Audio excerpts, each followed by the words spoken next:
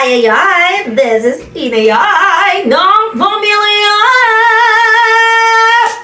At bago ang lahat, kung hindi pa kayo nakasubscribe, eto yung itsura ng subscribe. Mag-subscribe na kayo at i-click nyo na rin ang like, comment, at notification bell para updated kayo sa mga vlog natin na gagawin. Ganon, di ba? So ayan, magpapakilala muna yung aking kasama ngayong araw. Hi, this is Yani Juts! Yay! Oh, yay na rin ako! Kasi nayay na pala siya. So ayun nga, ang dami din naman nakakaalam na best friend ko si Yani Juts. At syempre ngayong araw, may gagawin tayong kalokohan! Oo nga, kinasabot mo Yes. pa ako talaga ha. At ayan ang gustong-gusto ko, yung ipaprank ko sila at kakasabotin ko siya syempre para may kasabot ba ako at titignan ko kung gaano sila magagalit sa akin o matutuwa sila. So ang gagawin nating prank, be, ang gagawin kong prank is, ang sasabihin ko sa kanila na nilubog ako sa utang, tapos, nagsusugal ako, ganun. Parang nabaon ako sa utang dahil sa sugal. Sa sugal. Yes, ganun. Tapos, si Elaine din kasi gusto ko Gugulit i-prank kasi nga nitong mga nakaraang araw ba, medyo naiinis ako kay Elaine. Kasi nga, ala lang, bakit ba? Bakit ba Naiinis naman? ako sa kanya Naiinis ka kasi kay lagi niya Elaine? ako inaasam. So ngayon, gagantihan ko siya. Ipaprank ko din siya kasi si Elaine nagpapatago sa akin ng pera. Ngayon, sabihin ko, nagalaw ko yung pera. Ay, Yung pera magalit niya. din So, yun. sasabihin ko mga 200 Uy, ganun. kinasabot mo pa ako kay Eileen. Baka magalit na yun. naman sa akin. Okay lang yun. Gusto ko ngayon ganun yung kuha ko yung inis niya. So, ganun nga sabihin ko na nabaon ako sa utang, nanulong ako sa sugal, ganyan. At, syempre, dagdagan mo na lang. Ibig sabihin, kunyari na lang, sinabi ko na sa'yo, umiiyak ako sa'yo, ganyan. Alam mo na lahat. Sige, Tapos, sige. ganun. Tapos, ipaprank ko silang lahat. Tingnan natin kung ano yung magiging reaction nila. So, ganun lang. At tignan natin. Ganun. Ay, naku. At umpisahan na natin yan. Hati Diba? hati. Ayan. So, umpisahan na natin yan in 3, 2, 1, go! Bukas naman, mag yata sila baka magro-room tour din pa kayo tomorrow. Ayun, sila magro-room tour. Ako din. Hindi, di ba sabi mo mag-house tour ka dun sa bahay niyo? Oo nga. Ba't tayo ko mag-vlog din kasi ko bukas? Ah, okay. Ako hindi ako mag-vlog si ate kasi mag-daily vlog yata siya. Ako si Ina. Basta ako kayo mag-vlog kayo sa bahay niyo para ano. Bigay mo na lang si Ina para... Oo, ako bahala sa'yo. Pero magawa kayo ng mga reels. Yes. Kanina, di ba ako mag-upload yun? Nakakatawa yung mga design na ano mo. So, I mean, si Adrian na maganda doon sa pamilya. Tumahan ka na. Tumahan ka na kasi mahalata nila yun. Ano ba yun? Bakit umiiyak ba? Wala tayo, wala po. Bakit umiiyak? Ano ka na kasi? Wala. Wala na po. Ano lang yan, nabibiro. Iyak ka walang dahilan? Bakit nga? Bakit? Bakit, Ina? Iyak mama. Ay, hindi pa rin. Bakit, ano, Yani? Bakit? Away? Hindi mo po alam. Pag mag-aaway sila, Ina, gagawin mo ano tayo ng mga... iniiyak mo? Iiyak ka ba na walang dahilan? Gutom ka. Tuon. Hindi ko umiiyak na hindi ko Gutom eh. Sigarit lang pala. Natawa na katuloy ng anak ko. Kaya ako. Huwag ka naasa rin. Bumiyak ka, sis. Ano ba problema? Ba't hindi sabihin para alam namin? Ha? Ano ba constipated ka? Hindi ka na tunapat. Bumiiyak ka ina. May sasabihin ako sa inyo. Oh, May malaki akong kasalanan eh. ano na naman? May Eric, ate. Naku po, pag ganyan tinatawag na yung pangalan ko, kinakabahan na ako. Wait lang.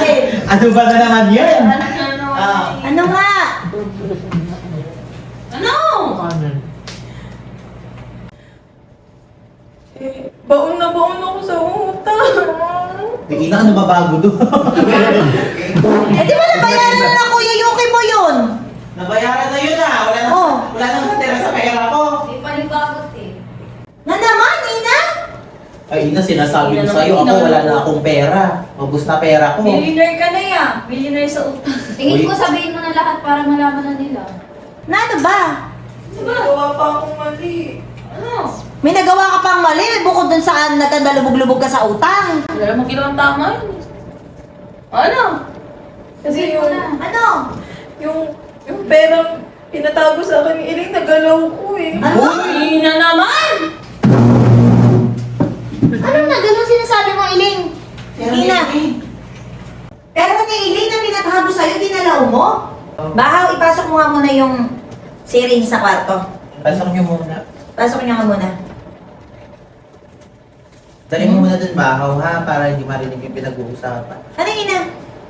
Hindi ka nahihiya narinig ng anak mo, oh. Alam mo ba kung ano yung pinagpe-pray niya? Kahit pagkakain, kahit pag matutulog dito, alam mo kung anong pinagpe-pray? Sana daw wala ka ng utang. Yung bata na-expose sa ganyan. Araw-araw, nakikita na tinuturuan mo pa yung anak mo na pag kami naghahanap sa'yo sa bahay dati na wala ka.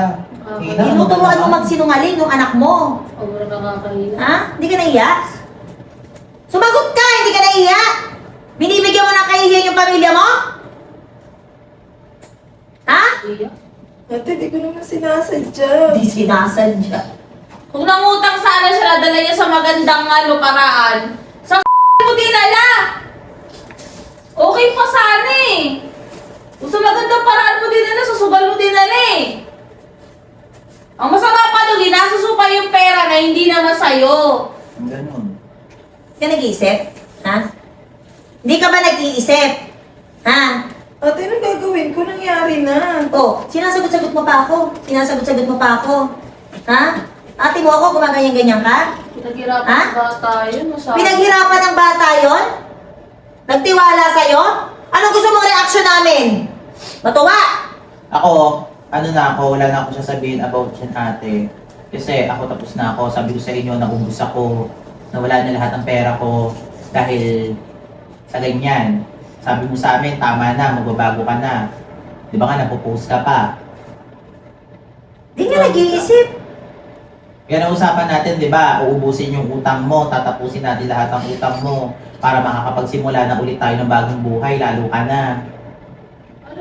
Lalo, maabuso siguro, maabuso na. Kasi Ito, alam tutulong niya eh. lagi na nandyan tayo para sa kanya. May tutulong, may sasalo. Kaya abusado. Ha? Hindi nagdadala talaga. Kailan mo ihinto yan?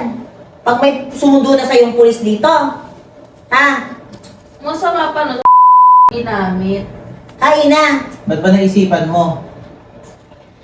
Akala ko nga kasi makakabawi ako. Ang nakupo. Lalo pag dinoble yung problema mo. Ano gagawin natin yan? Paano mo babalik yung pera ni Iling? Tamad ka din magtrabaho. Ha? Tamad ka mag-vlog. Wala. Gusto mo nakahiga ka lang palagi. Ganun. Eh, yun nga, masipag naman siyang mangutang. May joke lang. Kasi lahat ang ipapatagong pera sa kanyang kapatid niya, gagalusin na ng bigyan ng Ay, gano'n. ganun ang gagawin niya. Tutulungan niya lumubog. Ganun. Pilit ka namin inaangat, oh. Eh, ako naman ayaw na rin kasi magpaka-stress. Kayo nang bahala kay Ina. Ako, nagawa ko na rin yung part ko sa kanya as kapatid niya. Tsaka hindi mo inisip man lang yung mga anak mo. Ano naisip?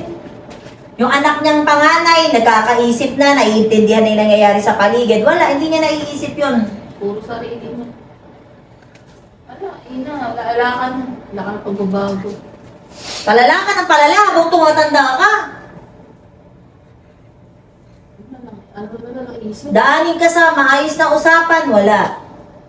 Pagalit, nagtatampo ka pa, ikaw pa hindi namamansin. Nakapal nga mo ka. Nakaraan, di mo pinapasin yung Kuya Yuki mo. Bakit? Huminti lang. Eh kasi Ang beses. hindi siya napautang. Ganyan ang kapal ng mukha. Imbis na siya yung mang-amo, siya pa yung siya pa yung hindi namamansin. 3 buwan, di ako pinapansin.